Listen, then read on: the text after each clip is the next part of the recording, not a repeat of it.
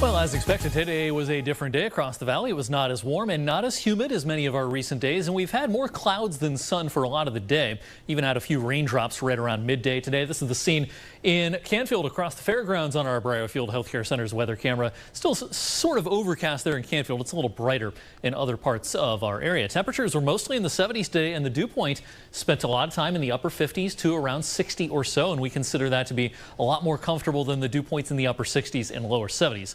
Like we've had over the last few days. Those pesky raindrops we had earlier on are long gone. We'll be dry from here on out this evening. In fact, we'll stay dry through much of the daylight hours on Saturday. Hey, do you like podcasts? Don't forget to subscribe to all the 21 News podcasts. And the Radar podcast is our weather-themed podcast. A new episode just dropped yesterday. We talked about weather photography and how to photograph not only weather phenomena, but some things elsewhere in the sky, like full moons and meteor showers and things like that. So wherever you get your podcasts, be sure and check that out. In the meantime, our weather stays quiet tonight, 63 degrees under a partly cloudy sky for the night tonight. It'll turn out to be a stormy Saturday off to our west, and this area in yellow, especially northwest Ohio, parts of Michigan and Indiana. Looks like a pretty stormy afternoon and evening in those locations.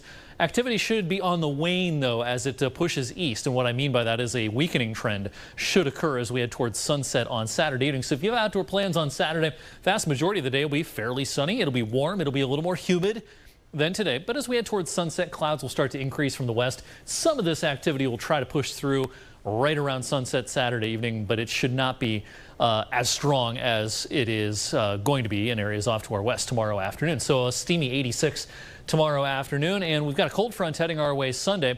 While it's not going to rain all day by any stretch of the imagination, this front can trigger a shower and perhaps a thunderstorm, especially maybe right around lunchtime on Sunday. Should be a nice Sunday evening as the dew points start lowering again, and as that drier air pushes in, that'll set the stage for beautiful weather to kick off next week. Monday, wall-to-wall sunshine. We expect a lot of sunshine through the first half of next week. We haven't had too many long stretches of dry weather so far this spring and summer, but overall the state of Ohio, it's a lot different than a year ago.